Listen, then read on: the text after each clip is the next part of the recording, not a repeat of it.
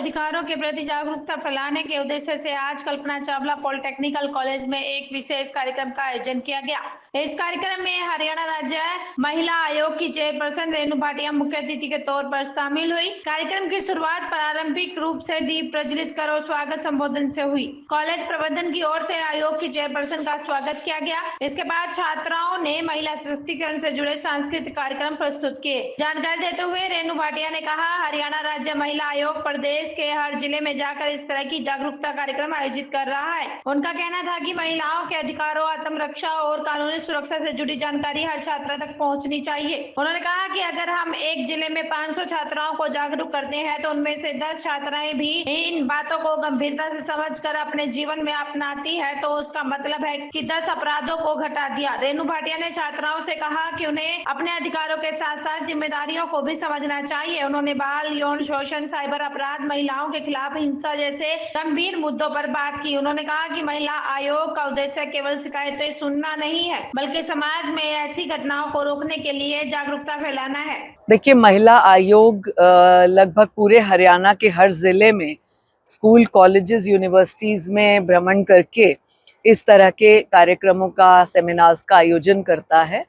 और posh, POCSO और cyber crime, ये 3 ऐसे इस टाइम हॉट प्रॉब्लम्स हैं जिनके बारे में हम चाहते हैं कि क्राइम होने से पहले ही, कहते हैं ना, बचाव ज़्यादा बेटर है अगर आप कर लें। तो हमने केसेस के बढ़ोतरी को या जागरूकता को देखते हुए हमने ये डिसीजन लिया महिला आयोग ने कि हम बेटियों को जाकर कॉलेजेस, यूनिवर्सिटीज में इन एक्ट्स के बारे में डिटेल से बताएं, ताकि जो बच्ची आज फर्स्ट ईयर में है, जब वो फाइनल ईयर में पहुंचे उसे एक्ट के बारे में पता हो, उसे अपनी सुरक्षा और रक्षा की जानकारी हो। अगर हम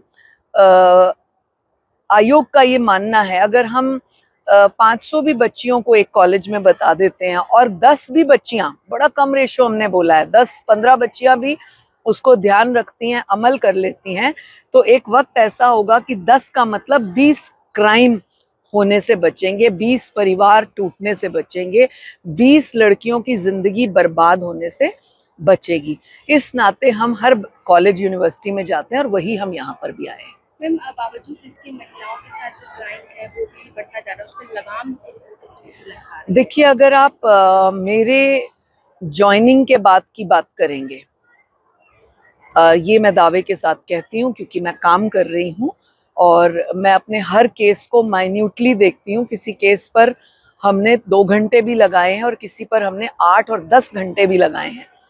तो हमने पूरी मेहनत की है, 100% हमने केसेस को सल्यूशन देने का प्रयास किया है, चाहे उनको कोर्ट में भेजना पड़े, चाहे म्यूचुअल अंडरस्टैंडिंग में ख़त्म हो, चाहे आपसी सुलह हो जाए, चाहे सेपरेशन हो जाए, जो भी उस केस की उस टाइम नीड होती है, हमने करने का प्रयास किया। शायद इसलिए जागरूकता बढ़ी है। मैं ये बात कहूँगी कि क्राइम नहीं, जागरूकता बढ़ी है, इसलिए बेटियां हमारे पास आ रही हैं।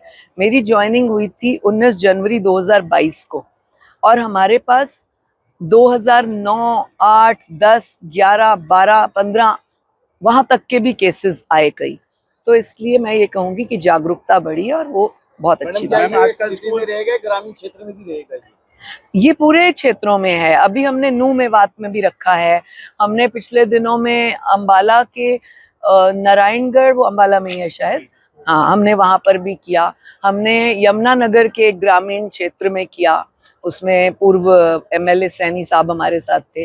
तो ऐसा नहीं है कि सिर्फ शहरों में, ग्रामीण क्षेत्रों में भी। मैम, स्कूल्स की अगर बात करें तो प्रिंसिपल द्वारा टीचर्स के साथ छेड़छाड़ के मामले काफी आ रहे हैं, तुरंत बंद होते हैं, तुरंत बंद।